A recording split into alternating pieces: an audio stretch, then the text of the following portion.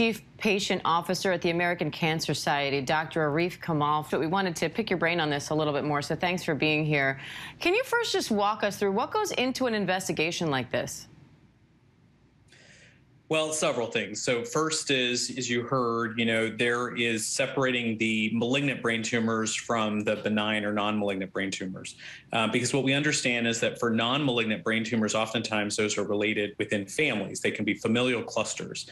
So understanding how much of this is really familial related, if any, versus sort of not and sort of sporadic or potentially attributed to the environment is a good place to start. The other thing is also looking at age at which the diagnoses occurred. We know that the rate of a new diagnosis for brain tumors, particularly in younger people, high school students and younger teachers, is lower than over time. So, for example, the older people get, the higher their risk of brain tumor goes as well. So understanding the relationship and the age will help us really understand whether this is related to an exposure that happened potentially in the high school itself, or this is just a natural cluster that happened over time within the geographic area.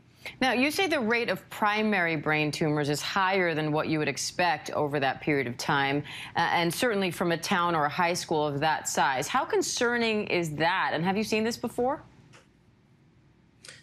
Yeah, so we haven't seen it much before. It's concerning to me because, if you just did some back of the envelope math, what you would say is somewhere between 6 and 10 people per 100,000 should be diagnosed in the United States. And that prevalence or that incidence rate has not changed much over the past 30 years. In fact, there's not a rising rate of brain tumors happening in the country. So if you take that, you'd have to, if you work backwards, figure out that there have to be at least a couple 100,000 students that have gone through that high school to get to this rate. And because that doesn't make sense, we start to see that, in fact, it's much, much higher than we would expect it to be. Now, there was a New Jersey task force in 2004 that investigated cancer clusters. What were the big takeaways there, and could that help with this new investigation?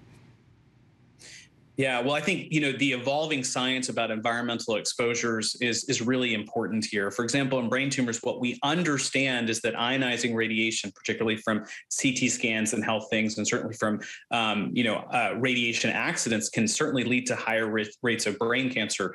What we don't know is what are all the other environmental exposures that we can rule out definitively. And that's the type of evidence base that has certainly come a long way since 2004 and something we have to continue learning from. And so what's your quick advice to people living in this area? Well, don't panic.